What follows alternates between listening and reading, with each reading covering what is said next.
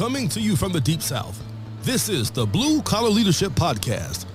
High-impact leadership is not reserved for leaders, and it has nothing to do with your position, title, or rank. However, it does have everything to do with your character. It's time to climb to the next level and beyond, personally and professionally. Now, let's start making it happen with your host, Max Story. Hello, everyone. Thanks for stopping by the Blue Collar Leadership Podcast today. You're in for a special treat. This is a bonus series where I'm introducing my personal friend and mentor, Mr. Jimmy Collins. Jimmy was the former president and COO of Chick-fil-A, and he was Truett Cathy's third corporate hire in 1967, I believe was the year. And Jimmy basically worked side by side with Truett, building the Chick-fil-A brand from startup to $1 billion, that's with a B, in sales by the year 2001. And that's when Jimmy retired with nearly 33 years of service on May 31st, 2001. So you're in for a treat. Jimmy has wisdom like you can't imagine. And he's going to be talking about followership. And he's got 2 books. If you like these stories, you love the way he's telling them, a lot of these stories are in his books. Not all of them, but then also the books are full of many more stories, just like the ones Jimmy's going to be sharing, full of wisdom. So the 2 books are called Creative Followership in the Shadow of Greatness. And the other one is Jimmy's Stories. They're available on Amazon. And I highly encourage you to follow Jimmy. And he's got articles and things like that on Facebook and LinkedIn. And he'll actually interact with you there. That's actually how I met him. I met him through LinkedIn and then set up a lunch with him. And he was gracious enough to give me about 2 hours of his time at Truett's original restaurant, the Dwarf House Grill up in Hapeville, which Truett opened in 1946, I believe. And so it's still open as a Chick-fil-A there now, but back when it first opened, it was a hamburger joint. But you'll hear about some of those stories. But I really, really hope you enjoy this and reach out to Jimmy and let him know. And just so you know, this is a 3-part special series, this interview series. First episode comes out May 15th. Second episode comes out May 22nd. Third episode is May 29th. All those dates are Wednesdays. And if you're a regular listener to the Blue Collar Leadership Podcast, you know that I'm in the middle of my own Blue Collar Leadership and Supervision, Unleash Your Team's Potential 30-part series on my book by that same title. And that's not going to be interrupted. Those episodes release on Friday mornings. So these special series episodes, any interviews I do with people, they're releasing on Wednesday mornings. So just kind of bonus sessions in between. But I really hope you enjoy it. You've heard me talk enough. Let's turn the mic over to Mr. Jimmy Collins and let you absorb some wisdom. Have a great day. Okay, today I'm with my friend and mentor, Jimmy Collins. Jimmy, before I tell people about you, you may not even realize it, but it was June 18th, I remember, because it was my brother's birthday in 2015 when I met you. So we almost 4 years ago. How about that? 4 years. Doesn't seem like it, does it? No. And so I'm excited to be here with you today. And I think we last met in November. We had lunch, and you were talking about you'd do this, and we finally got around to it. And I'm excited to have you on to tell your stories. And just want to introduce you right quick to my audience. If you don't know Jimmy Collins, you need to know Jimmy Collins. And he's got one of my favorite books is written by Jimmy. It's called Creative Followership in the Shadow of Greatness. And Jimmy he can tell you way better than me and more accurately, I'm sure, but Jimmy was the president and COO of Chick-fil-A. You retired, it was 2001, Jimmy? May the 31st, 2001. It's going to be 18 years I've been retired in just a few days. Wow, that's awesome. And that probably doesn't seem like 18 years either, does it? No.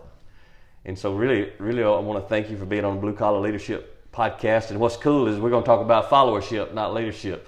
And you know I love your stuff, and I'm excited. One reason I'm excited that we were talking about it earlier, the timing is perfect because this is an awesome book for young folks graduating high school and college, right? Either Tell me one, about that. a college graduate or a high school graduate can certainly use this book. And I like to tell them, if you want to prepare to fill a leadership role, is what I call it an executive role, because Okay. I think the word leadership is so overused. Yes. But if you want to prepare to be in an executive role, this is the best way to prepare. And I get a lot of messages and notes and emails from young people who have just read the book and they're applying it. And I got a story I can tell you about about a grandmother here in a few minutes if you want to hear that. You can do it right now. You want me to do it now? Absolutely. Okay. I love to go and speak to seniors when I was still on the speaking circuit. Senior citizen. Senior citizens, Yes. yes, senior citizens, not high school seniors or college I just want to make seniors. sure, because I just mentioned the senior. Yeah, old folks. Yeah, Old folks like me. And the reason that I love to speak to them was when I finished with a speech there, they would buy my books by the handfuls, Matt. You know what they did with them? Sent them to their grandchildren. That's good stuff. Yeah. So I did one of those one time up in Brazelton, and for an old friend, and she called me on the phone. It was in June that she called me on the phone, and she said, "I just got to tell you about this." She said, "I want to tell you about one of the women that bought one of your books." She said she had a granddaughter that graduated from college, and she had applied for and gotten her dream job at her dream company. It was exactly what she'd prepared for and what she wanted to do. And she said that her granddaughter had only been working a few weeks, and she called her and she said, "Granny, I don't know what to do. I hate this job, Granny. I don't like my boss. I don't like these people I'm working with. And I don't like this outfit I'm working for." And her granny said, "Let me tell you something. I'm going to send you a book. And I want you to read the book. And when you finish the book, I want you to call me back and tell me what you think." So she sent her the book.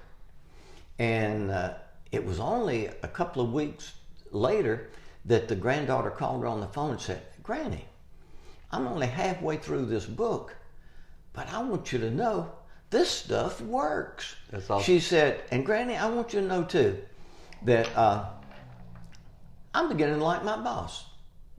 And these people I'm working with, they're going to work out. There's pretty nice folks around here. And I'm beginning to like the company. Granny, I think everything's going to work out on this job, and it's going to be okay after all." What was different?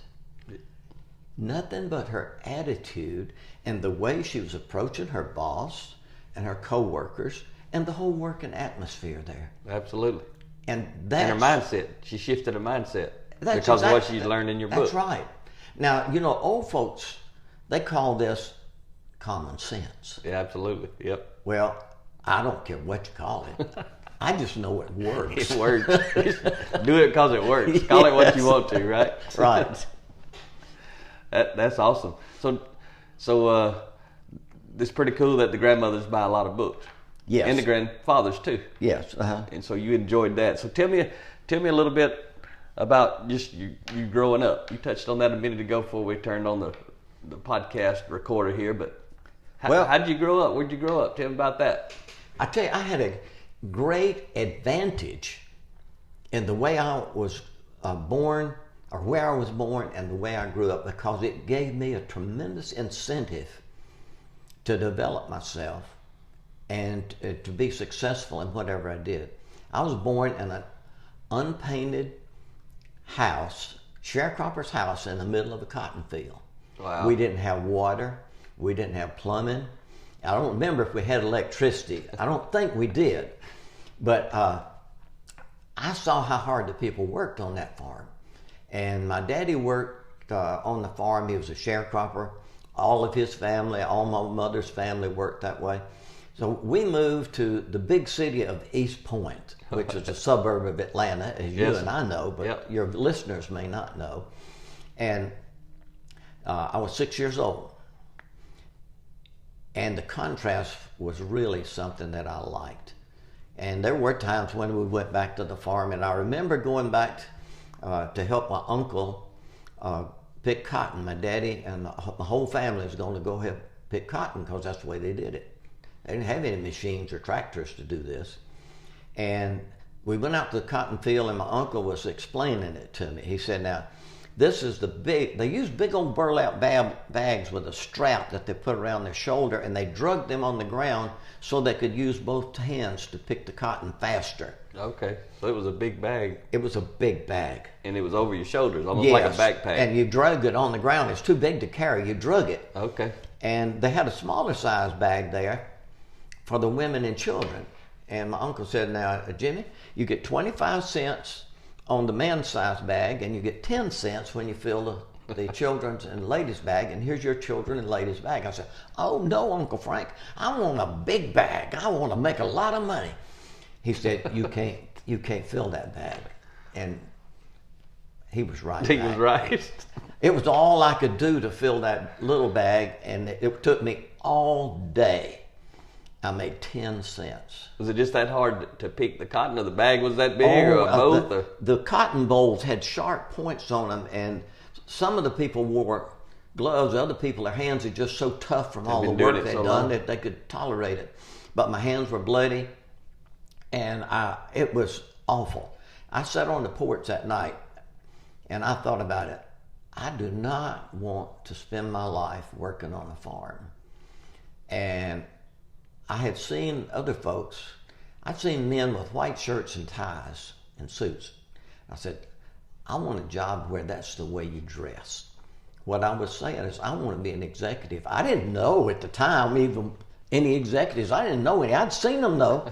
And I said, you like the look? Yeah, I like the looks of it. I think I like that kind of job better. And their fingers didn't look like they were hurt. No. And so. And it wasn't dragging a bag. But that became the image that I was working toward. You know, everybody needs to have a self-picture of what you want to be, who you want to be. The who really is the most important part. Who do you want to be? And the who I wanted to be was going to be somebody that wore a white shirt and a tie and a suit.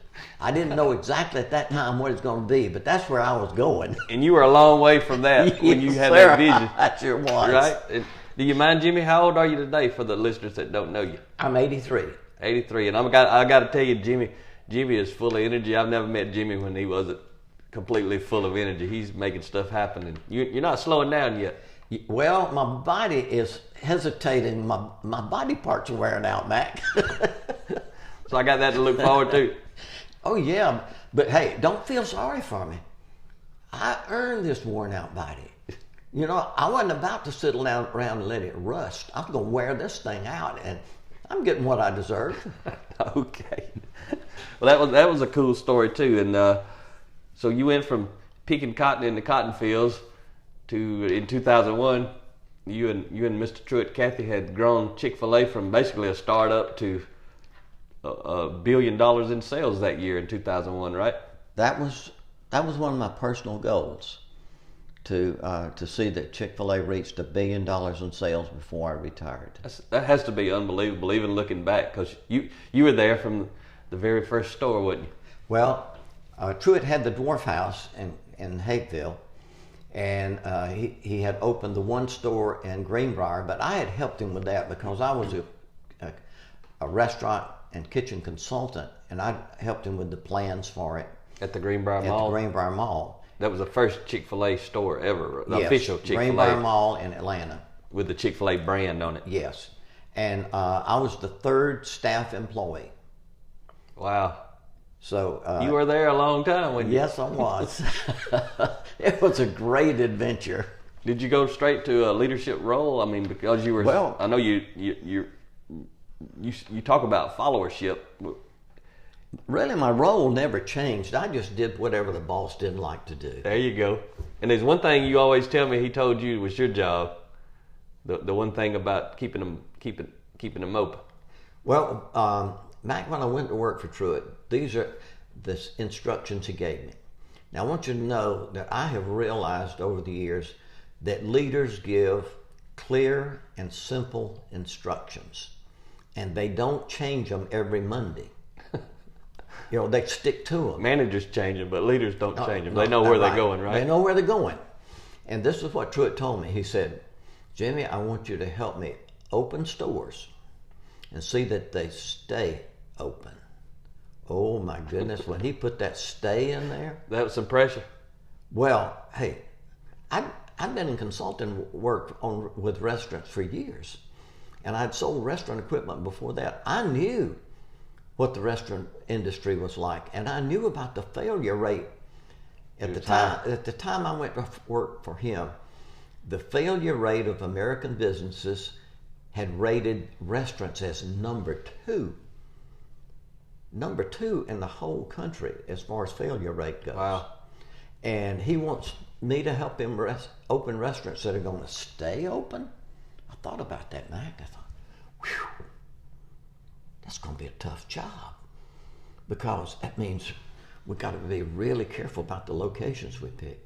If we're going to have to keep them open, and we're going to have to be sure that we design these restaurants right. We've got to be sure the menu is right. We got to be sure we get the right people to run these restaurants. And I knew from that day forward, this is going to be a tough job. But it's the tough jobs that attract people who want to perform. Absolutely.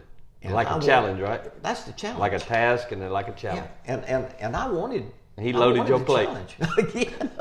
He loaded you up, didn't he? You guys, in the time you were there, and I think maybe even to today, they never have closed the store. Well, they have. They have had to. And we started off, in shopping malls. Well, the malls declined so much that there were malls that we had to vacate. Some of them we had to vacate them because they're tearing them down. Okay, the entire mall. Yeah. And then the other ones, the mall kind of went out of business, Yeah, so nobody was coming there, right? Right. Because you were inside, you had to come in the mall to do business. Yes. Okay, so I wasn't even sure about that. So I know I read you've got 2 books. I talked about creative followership, In the Shadow of Greatness, and as everyone can tell now, In the Shadow of Greatness, you're acknowledging Truett's leadership there, right? And exactly. That's an awesome subtitle. And then you've got another book called Creative Followership, which is the second in that series, and it's called Jimmy's Stories, and both of these are full of these kind of stories you're telling right now. So, well, Mac, here's what I determined. You can talk all you want to, and you can give a speech, but people will not remember much of what you say. Think about it. Last time you heard somebody talking, how much did you remember what they said? Not very much. And so I realized that the way to get people to remember it is not to put PowerPoint slides up on the screen and read them like a lot of people do. The way to get people to remember them is tell a story. Absolutely. Now, when it comes to storytelling, I don't believe in just throwing stories out there. I think you ought to tell your own story. Now, you do that, Mac. You tell your own story and think about the difference that makes. When people want you to come and speak to them, they don't want to hear what your daddy said or your grandma said or your teacher in school or your preacher last Sunday. They want to hear what you've got to say. Yes. And this is what I tell people that ask me about, I don't like to make speeches and that sort of thing. I say, my son-in-law is a public speaking coach, and he tells people, tell your own story. And when you tell your own story, like Michael tells, Michael's my co-author right there. Yes, Mr. Michael Cooley. Michael Cooley. And when you tell your own story, you can tell it with energy. Your passion is in there, and you can tell it where people will remember it. It's not like repeating what you heard. Now, I don't know if you've ever seen this happen, but I was in my early 20s when I attended a seminar that I had signed up for, and it was on leadership, selling, and personal development. Those were the 3 themes for this seminar I attended. One day, this guy told this great story, and then the next day, there was another guy got up. He told the same story. Oh, the same one, because it was not. Neither one of them owned the story. And neither one of them knew the other one was going to tell it. Yeah. And also, I heard people tell jokes, and they would tell the same old worn out joke that I'd heard the day before or the week before, and I said, I'm not going to do that. I'm going to tell my own story, because when I tell my own story, nobody will be able to repeat it, and it won't be old. Yes. That when people hear it, it's going to be original. It came from me. That's the way we ought to do. And that keeps it fresh. Yeah. I had someone recently that Rhea and I were speaking at a conference, and someone else was speaking there, and they contacted us because they didn't want to duplicate. And that's kind of what I told them. I said, you don't have to worry about duplicating what I'm going to talk about, because unless you've been where I've been and done what I actually did, you can't talk about what I'm going to talk about. And nobody has done that, right? Mm-hmm. Nobody's had our experience but us. And so there's never an issue with that. And it's pretty powerful when you tell your own story, and that's how you build your own brand. I mean, that is, your story is your brand, mm-hmm. and the key is to be authentic. And so as we're talking about a little bit of your past and your history, and we was talking about Truett Cathy, I remember, I think I read it in Jimmy's stories, and I'm telling you folks, if you listen to this, I love Jimmy. If you love these stories, he knows them word for word because they're his stories, and they're almost word for word in these books. And these books are country word. I'm country, Jimmy. These books are slap full of these stories. That's what they are. Right? I mean, that's really what they are, and they're awesome. I mean, I love it. Mine is pages folded up and highlighted. So tell me, one of these books you talk about the first memory of Truett Cathy, something to do with a pie or something like that. Okay. Yeah. People ask me about Chick-fil-A and Truett, how did we meet and that sort of thing. Well, when I got out of high school and I was going to night college, I started selling restaurant equipment. And I did that for about 9 or 10 years. And I had met Truett Cathy, but I really didn't know him because he did business with the company I worked for, but he did business with another man that worked there. So even though my wife and I lived in East Point, and the Dwarf House was in Hapeville, which was not too far from where I lived. And that's Truett's original restaurant. Yes. He started in 1947 or something like 1946. that? 1946. Excuse me. And this story I'm going to tell you about is probably about 1959. Okay. And I was coming back from out of town, and it was a Friday afternoon, late in the afternoon, and I called my wife and told her about what time I was going to be home. And she said, well, this has been a really hectic day around here, and we got folks coming over to play cards tonight, and said, you're going to need to stop and get us something to eat because I'm not going to have time to cook supper tonight. Excuse me. So I stopped at the Dwarf House to get some hamburgers. He didn't have Chick-fil-A then. He didn't even serve chicken there. Hadn't had that vision yet. Yeah.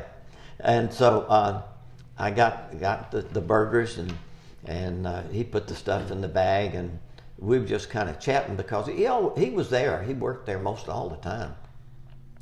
And he asked me, he said, well, what are you going to have for dessert? And I said, well, I don't know. She didn't tell me to get any dessert. And he came back in a few minutes, and he gave me the bag with the burgers and such in it. And then he handed me this box. And Mac, he gave me a whole lemon pie, free. And he said, y'all have dessert on me tonight. That was pretty cool. That was your introduction to Truett Cathy. Well, it's the first time I really knew who he was. You know, he came in the company I worked for, but I didn't pay attention to him.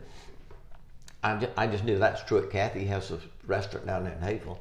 That was a display of his character right there. It was. Truett was very focused on his customers. And he told us when I went to work there, and he told us this repeatedly for years, he said,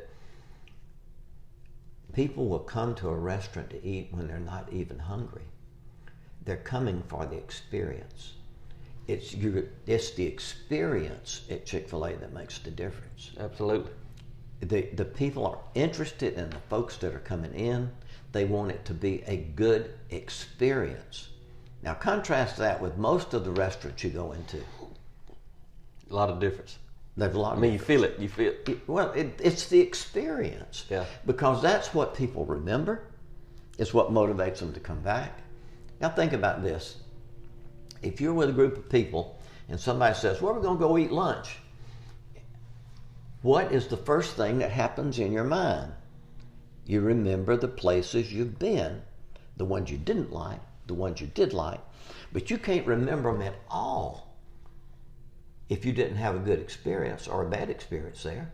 They're just generic. It's going it's either good or bad. Yeah, it's going. Well, sometimes they're neutral ones where it's just but you don't remember. But it's the experience that makes the difference. And Truett had this.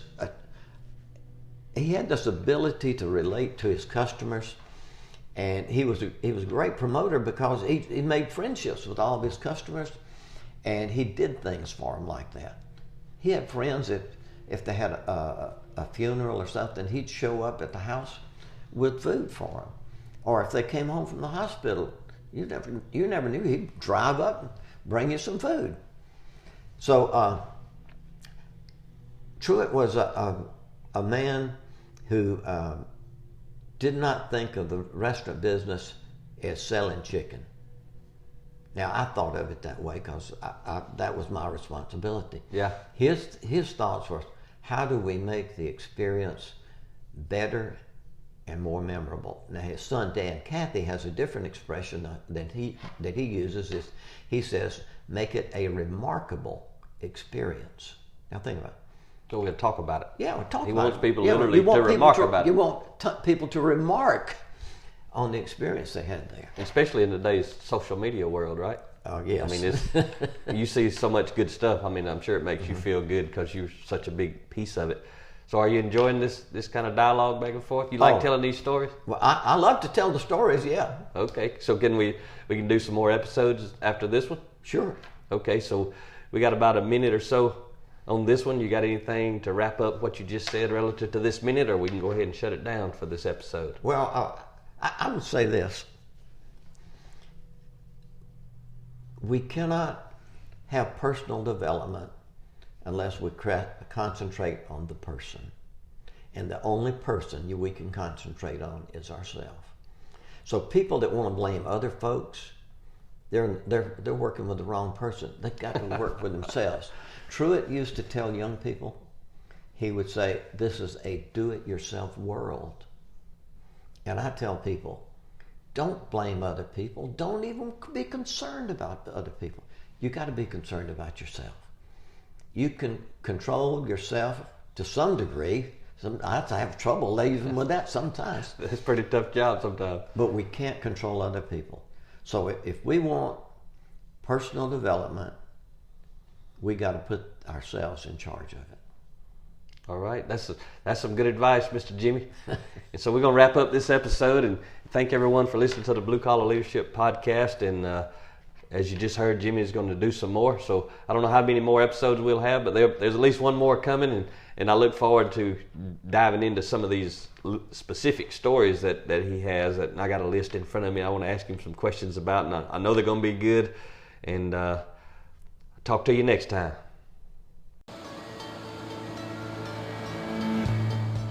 Make it happen or someone else will. It might as well be you. Are you serious about taking your career and your life to the next level and beyond?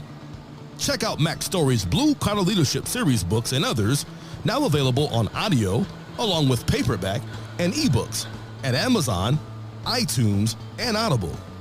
Please visit bluecollarleadership.com to learn about Mac's books, programs, special offers, certifications, and more. Thank you for listening to the Blue Collar Leadership Podcast.